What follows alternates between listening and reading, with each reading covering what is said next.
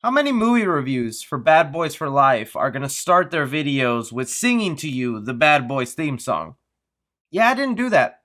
And you better leave a like for that. Bad Boys for Life is the third entry in the Bad Boys franchise. We have Will Smith and Martin Lawrence returning as the Bad Boys 25 years in the making. We follow the dynamic duo as a villain from their past comes back to haunt them in what's sure to be another action-packed thrill ride. And before going deeper into this, guys, if you want my spoiler review, I do that on the podcast channel. And there are actually a lot of jaw-dropping moments in this movie, so you're gonna want to check that video out once the movie has come out. And that's all pretty much it without giving any spoilers to you guys. This is a spoiler-free review.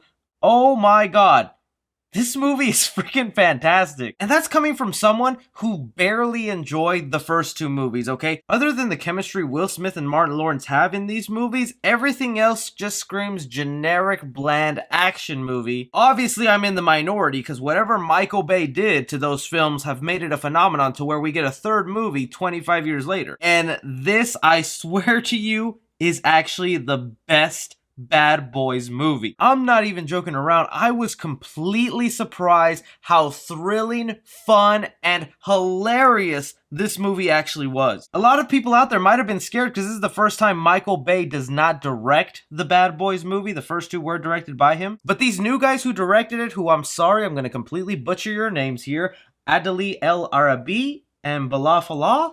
I'm so sorry, I probably got that horribly wrong. Yo, I'm gonna keep my eye on them because they managed to take this Bad Boy franchise and 25 years later with an older Will Smith and of course a fatter Martin Lawrence and make this actually feel refreshing and completely fitting in with modern day action movies. One of the biggest key to that is that this movie has an emotional element you will not see coming at all. The film takes its characters pretty seriously in this world and what they have been setting up. Martin Lawrence, who has been out of the game for a while, actually delivers some pretty heartfelt moments in this. Will Smith also completely brings it on. This is not your typical dad Will Smith. This man is cursing, beating up bad guys, and taking bloody bullets. Because this movie is rated R and they take complete advantage of that, especially when it comes to the villain of the film. Kate Del Castillo, who plays one of the main villains in this movie, is the most ruthless villain we have actually gotten in this Bad Boy franchise. Just the first 5 minutes of her being on screen,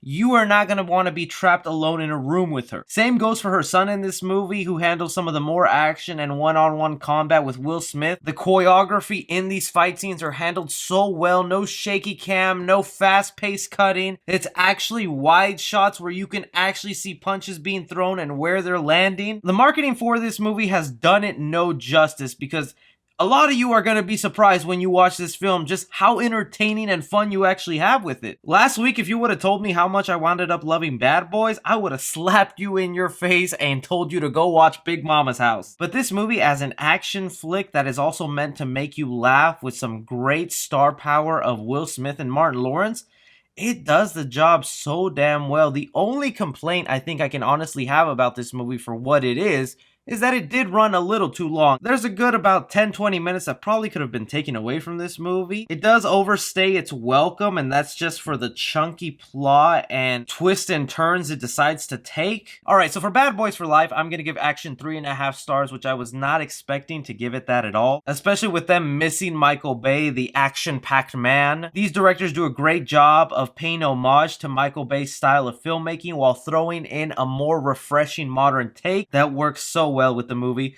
Comedy in the film, I'm actually going to give it 3.5 stars as well. Martin Lawrence completely steals it. He's just as funny as he was back in the day, and the chemistry between him and Will Smith goes really well. And a small thing I did forget to mention, this movie handles way better the humor and when exactly to implement it, where the other two movies were just throwing you a joke every 2 minutes, even when it didn't fit the tone they were going for. Drama in the film, surprisingly 3 stars, man, because they are really tackling some sort of story here with twists and turns. It might be a little much for some people, but heck, I was pretty engaged in it. Horror in the film, I'm gonna give it half a star too. That's mainly just because there is a lot of bloody violence. Our heroes, just because they're old does not mean they can't take some punches, bruises, and cuts. And suspense in the movie, I'm actually gonna give it 3 stars because you know what? Being the third entry and what happens to some of the characters in this movie, you kind of realize anybody's life is at stake in this film. Casual fans, I'm gonna give it an A+. Cinephiles, I'm gonna give it a B+.